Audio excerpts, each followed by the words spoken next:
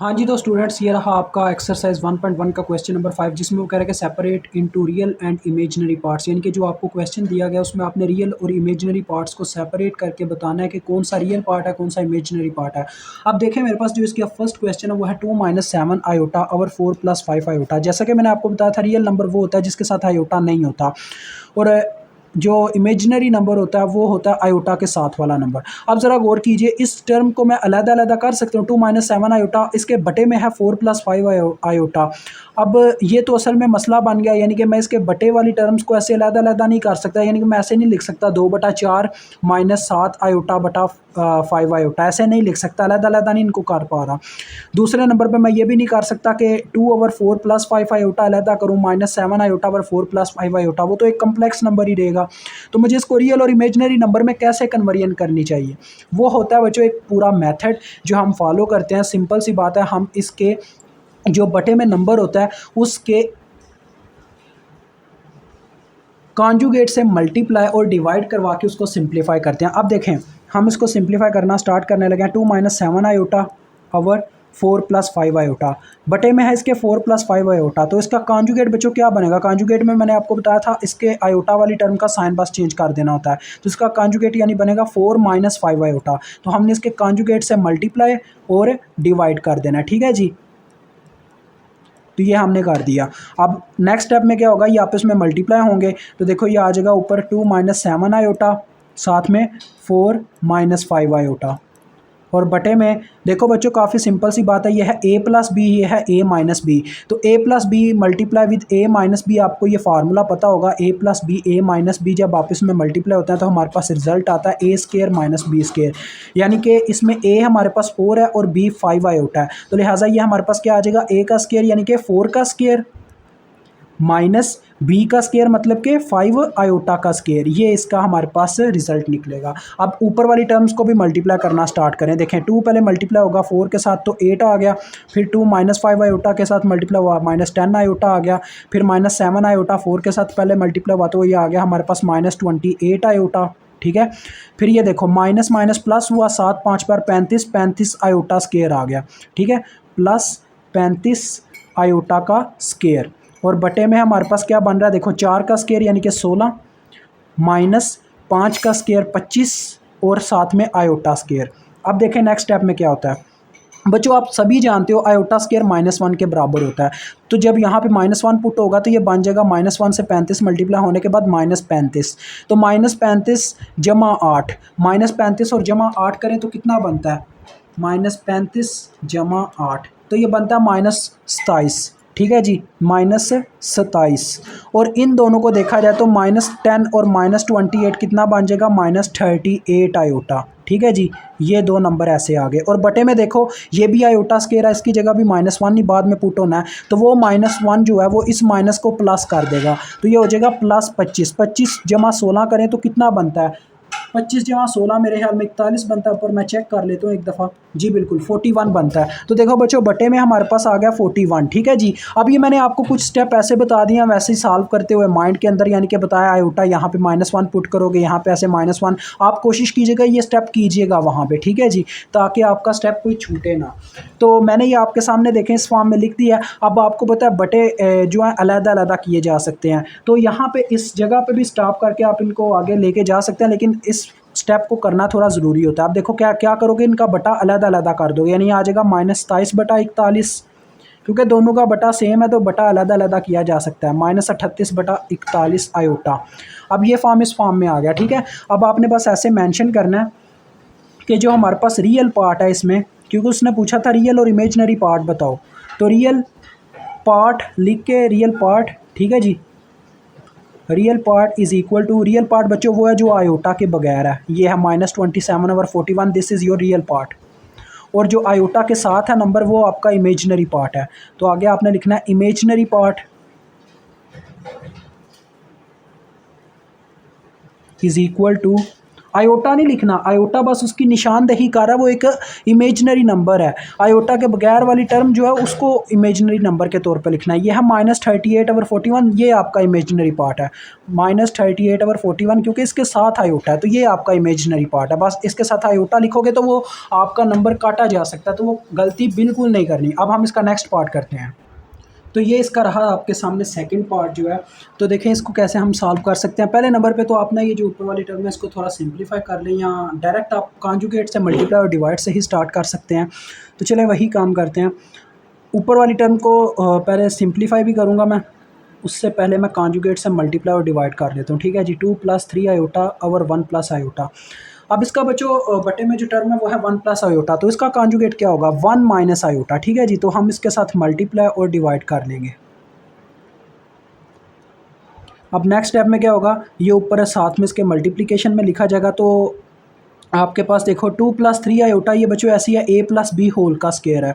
तो इसको पहले हम अंदर सॉल्व कर लेंगे, यानी कि a का स्क्वायर, ये आपको पता होगा फार्मूला, ये भी आपके सामने लिख देता हूँ क्योंकि मैथ के कुछ फार्मूलाज हैं जो आपको याद रखने पड़ते हैं। a + b होल का स्क्वायर बराबर होता है a² + b² + 2ab। तो यही यहाँ पे अप्लाई होना है इस पर। तो देखो a का स्क्वायर यानी a की जगह 2 है, तो 2 का स्क्वायर क्या होता है 4 होता है, प्लस b का स्क्वायर यानी कि 3 आयोटा का स्क्वायर। 3 आयोटा का स्क्वायर बच्चों क्या होगा 9 आयोटा स्क्वायर। तो 9 आयोटा स्क्वायर होने की वजह से क्या हो जाएगा -9 हो जाएगा, यानी कि +9 आयोटा स्क्वायर की बजाय लिखा जाएगा -9। आयोटा स्क्वायर है -1 में कन्वर्ट हो गया। और फिर आगे आपके पास क्या आएगा +2 × a × b, यानी कि 2 × 2 इंटू बी की जगह 3 आयोटा। तो ये क्या बनता है देखो, 2 2 बार 4 4 3 बार 12, यानी कि आपके पास आ गया 12 आयोटा। ये आपके पास इस टर्म का सोल्यूशन आ गया। आगे 1 - आयोटा इसके साथ ऐसे आके मल्टीप्लाई हो गया हुआ है। और बटे में आपके सामने है a + b × a - b, वही वो प्रीवियस वाला फार्मूला। तो a का स्क्वायर आ जाएगा 1 का स्क्वायर सेंटर में माइनस, फिर b का स्क्वायर यानी कि आयोटा का स्क्वायर।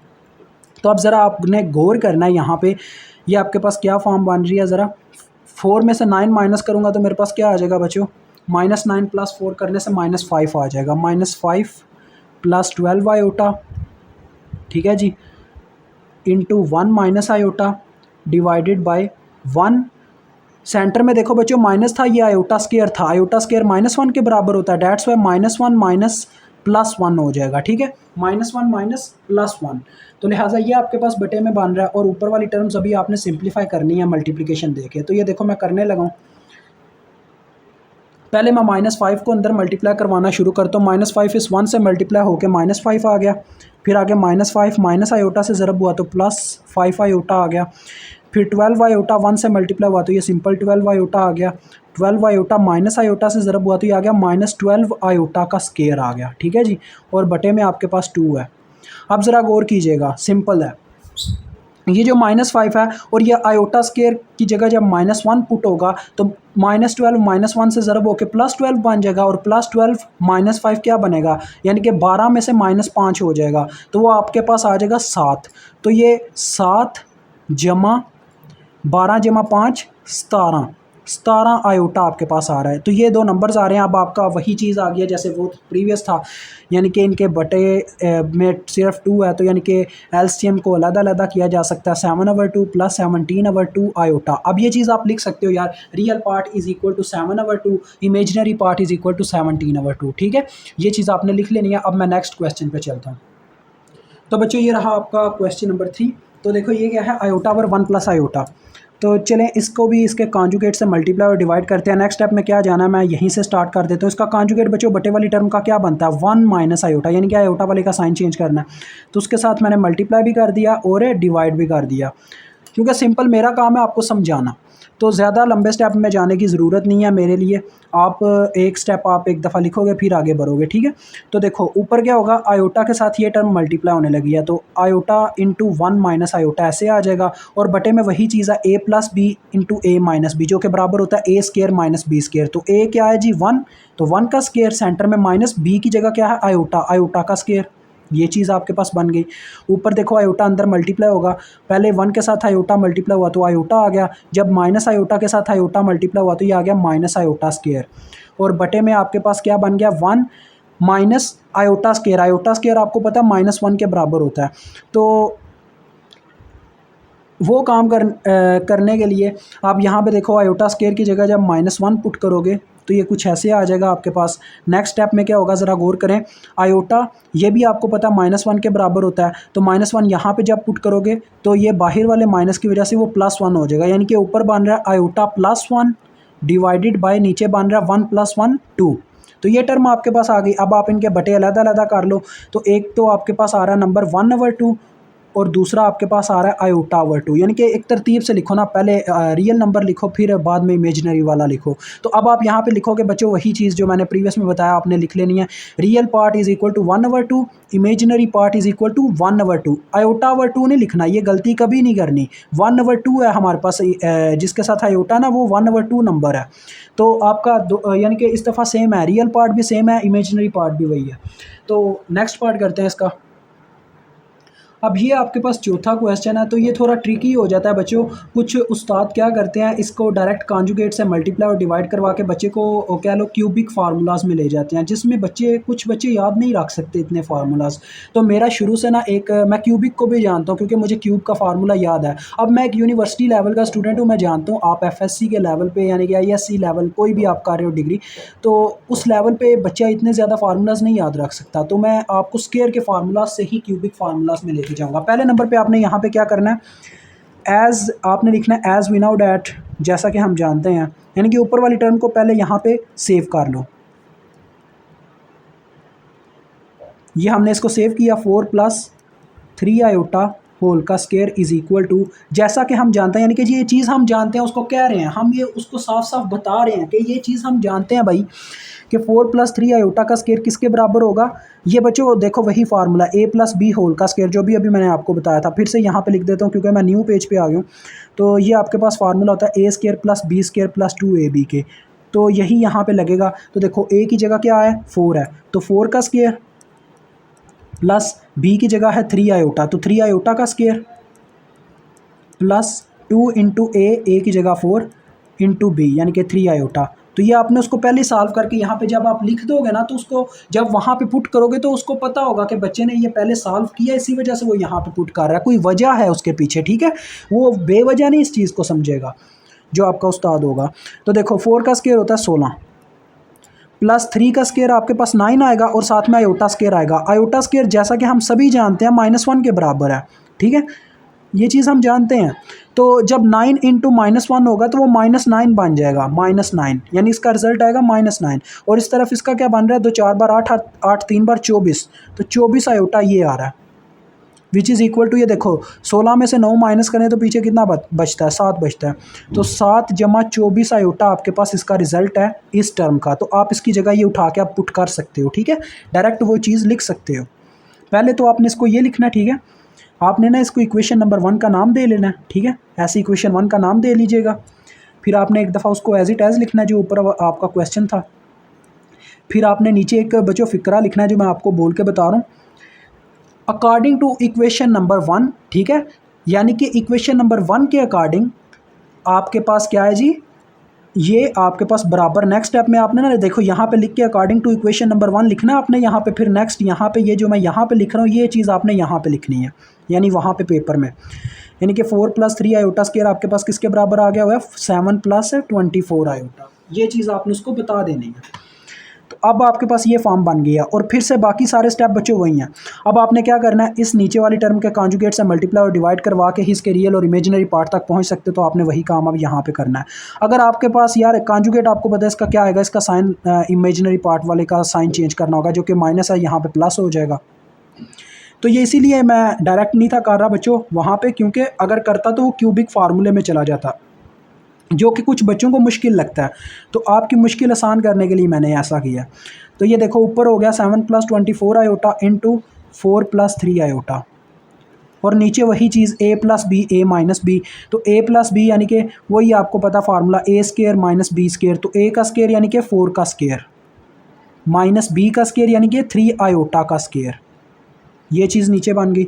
आगे नेक्स्ट देखो, 7 4 बार 28, पहले 7 ऊपर मल्टीप्लाई हुआ 1/1, 7 4 बार 28 हुआ, फिर 7 3 बार 21 आयोटा आ गया, फिर 24 ने मल्टीप्लाई होना शुरू किया। 24 4 बार कितना होता है यार, 96 होता है मेरे ख्याल में। फिर भी मैं एक दफ़ा चेक कर लेता हूँ। यानी देखो बच्चों यार, मैथ इतना तेज़ हो जाता है बंदे का कर करके कि ये बस प्रैक्टिस से मैथ आपका तेज़ होता है। कैलकुलेशन भी ब्रेन में ऐसे डन हो जाती है मिनटों में। 96 आयोटा ही आता है। आगे नेक्स्ट देखो, 24 जब 3 से मल्टीप्लाई होगा तो 72 होता है। अब ये भी देखो मुझे एग्जैक्ट पता है, 72 आयोटा का स्क्वायर ऐसे बटे में आपके पास 4 का स्क्वायर बच्चों का आएगा 16 माइनस 3 का स्क्वायर 9 और आयोटा स्क्वायर ऐसे आ जाएगा। नेक्स्ट आपको पता क्या होगा, आयोटा स्क्वायर की जगह -1 पुट होगा। -1 पुट होने की वजह से यह आपके पास बन जाएगा, देखो 28 प्लस 96 प्लस 21 कितना होता है जी, 117। तो ये तो आपके पास आ गया 117 आयोटा। और इसकी बात करूं तो ये देखो -1 जब इसमें पुट हुआ तो आयोटा स्क्वायर की जगह -1 पुट हुआ, -1 इससे मल्टीप्लाई होकर इसको कर गया -72। और बटे में भी यही चीज़ 16 जमा 9 हो गया। क्यों? क्योंकि यहाँ पे जब -1 पुट हुआ तो वो इस वाले माइनस से मल्टीप्लाई होने की वजह से सेंटर वाले माइनस को प्लस कर गया। तो ये चीज़ आपके पास बन गई है। अब -72 जमा 28 करने से क्या आता है जी हमारे पास, -72 जमा 28 -44। तो बच्चों आपके पास अब ये आ रहा है, देखो -44 प्लस 117 आयोटा डिवाइडेड बाय 16 जमा 9 25 होता है। ये आप सभी जानते हैं। तो ये देखो आपके पास रियल पार्ट क्या आ गया, इमेजिनरी पार्ट क्या आ गया। इन दोनों को अलग-अलग करें तो रियल पार्ट आपके पास है -44 डिवाइडेड बाय 25 और इमेजिनरी पार्ट है प्लस 117/25 साथ में आयोटा। अब चलो लास्ट क्वेश्चन है, इसके ऊपर मैं मेंशन भी कर देता हूँ आपके लिए। Real part is equal to -44/25 और जो इमेजिनरी पार्ट है हमारे पास वो है जी यहाँ पे 117/25। वही चीज़ फिर से कहूँगा, आयोटा साथ में नहीं लिखना, गलती नहीं करनी ये वाली। तो यहाँ पे ये क्वेश्चन भी डन होता है।